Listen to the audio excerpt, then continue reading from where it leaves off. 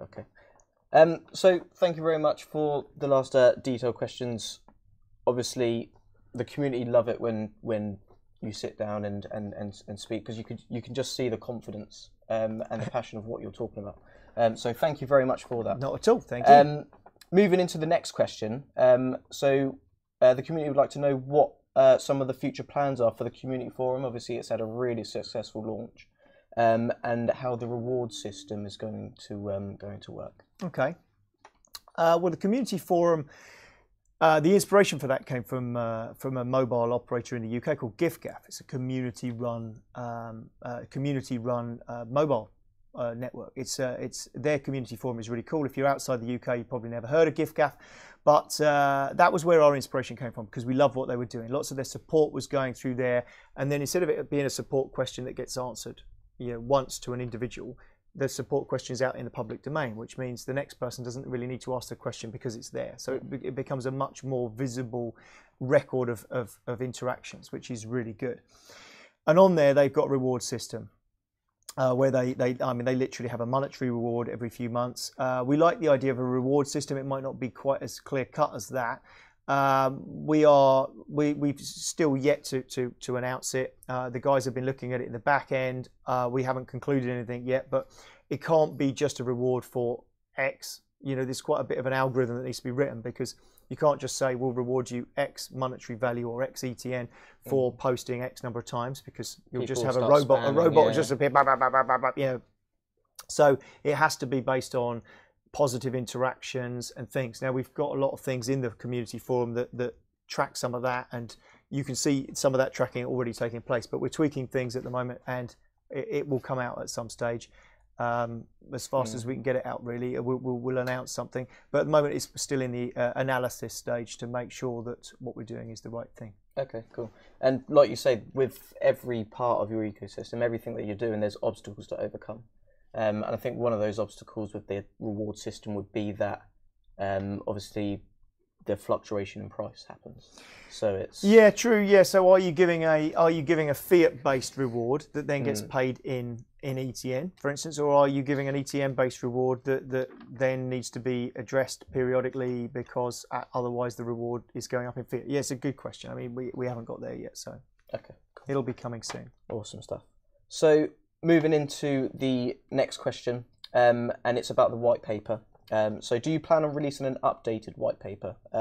The original one doesn't really apply as much anymore with the direction of ETN, obviously, because ETN has adapted for the crypto market, obviously, with the introduction of KYC, etc. Yeah. Yes. The answer is yes.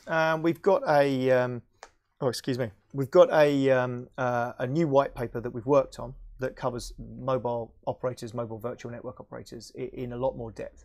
One of the things is our lawyers didn't like the fact we called it a white paper, actually. So we might be bringing out a yellow paper, or there's the terminology white paper has specific reference in UK law. So we're probably going to be color coding it slightly different.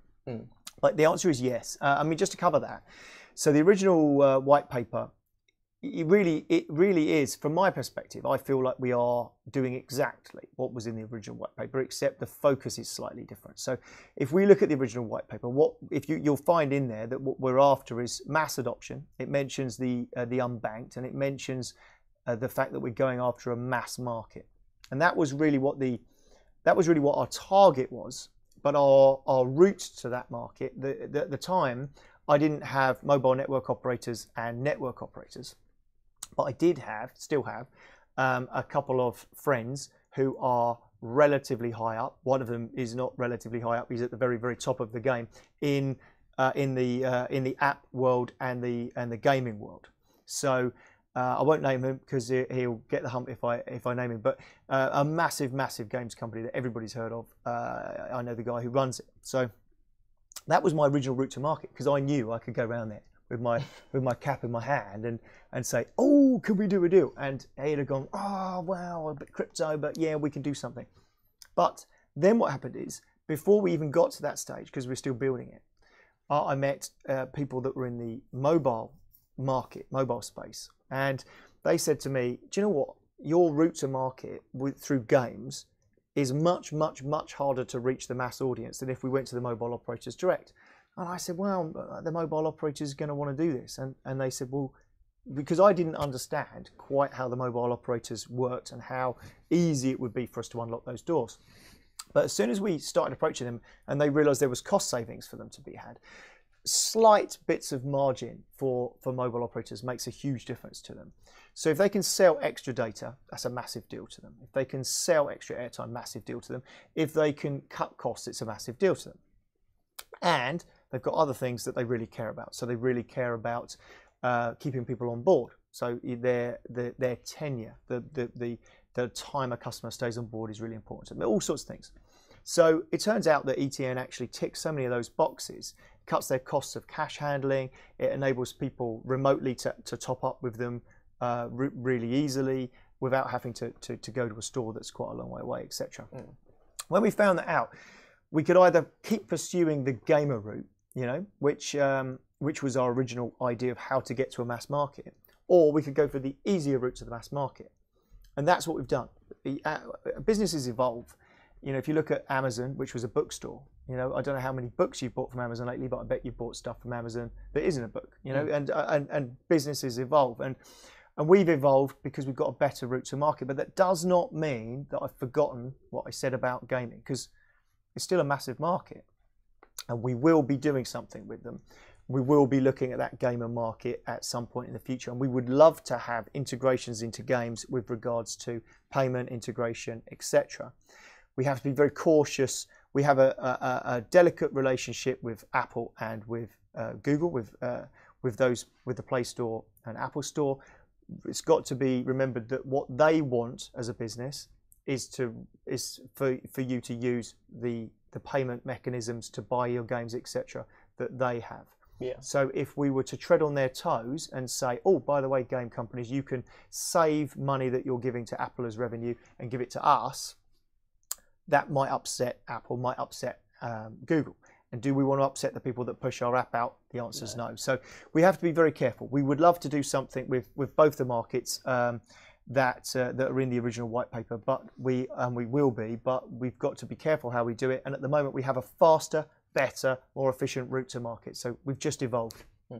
Sorry, another long answer. No, that's all right. Just to go into a bit more on that, when you think about the gaming market and you try and think about its size, and then you think of mobile operators and think about their size, not everybody plays games, but everybody has a mobile phone, and pretty much everyone has a smartphone now. Even my dad, who's 60 years old, who never was into technology, I can't get him off his phone now. Yeah. And I actually got him to download the ETN app, and he's actually now mining ETN. And he's really excited. And that goes back again to the ease of use. Yeah. There's not a single other cryptocurrency that my dad would be able to use. But he's able to download the ETN app. He's able to mobile mine, check his balance, and even complete level 1 KYC, which that's all he'll ever need. Yeah, right. But yeah, just the size of the mobile market, and when we talk about unbanked as well, are unbanked going to have the latest and greatest games consoles within? No, and sorry to interrupt you. No, sorry. But the interesting thing about the markets, if you go off and look, I mean, the games companies are pretty horrified actually, but most of bear in mind they haven't got a facility to pay.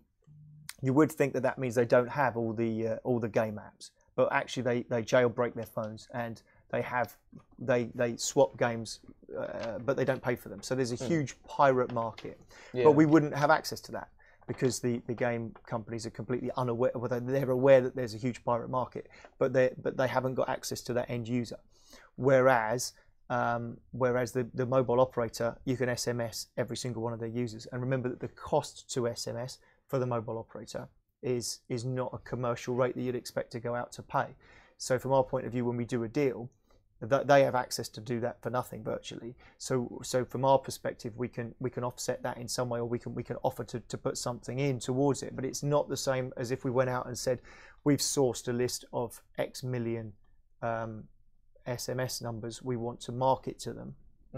No one really likes marketing SMSs anyway. But if you've got a relationship with your mobile operator, which they all do, And one, the cost of the SMS is peanuts, which is great, and then the second part is that you're getting it from a source that you trust. So it's just a good market. Cool. And I think with gaming as well, like you said, with the whole piracy scene, with that whole scene there, obviously you don't want to be affiliated to piracy in any form of way. Absolutely right, because we're already overcoming that in crypto. You know, crypto's already got a bit of a reputation that's been tarnished largely by the press and largely nonsense, I might add. I mean, you know, cryptocurrencies for drug dealers. Really? I think cash probably for drug dealers, isn't it? I mean, I don't know, but I can't imagine the people standing on the street corner accepting Bitcoin. I don't know how they're doing it, but so I think the press, you know, gives crypto a bad name, and it's going to take time for that to be overcome. So the last thing we want to do is be associated with piracy, but you're going to see a sea change in the way the press view cryptocurrency over the coming years.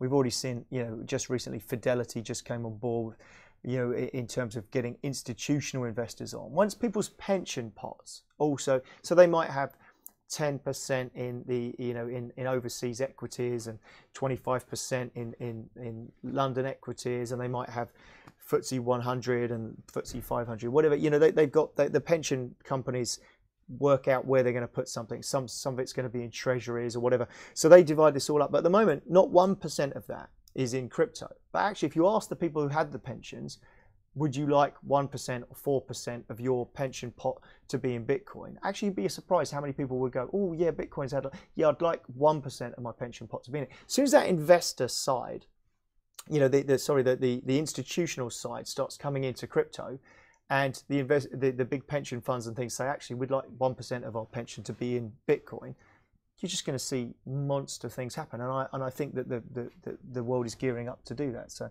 I think we're going to start seeing the brand of crypto grow and come out of the shadows and into the you know, into the forefront. Yeah, I think as well with the example of the likes of Facebook and Google that banned advertising, and then they've done a complete U-turn apart from ICO advertising for obvious reasons, but yeah, all these huge names, even huge banks that were massively against cryptocurrency, now doing a complete U-turn. Turns out that they've been investing the entire time, and it's just coming to light, and it's a really exciting time for cryptocurrency, and really exciting time for Electroneum, because they're building that real use case. It totally is.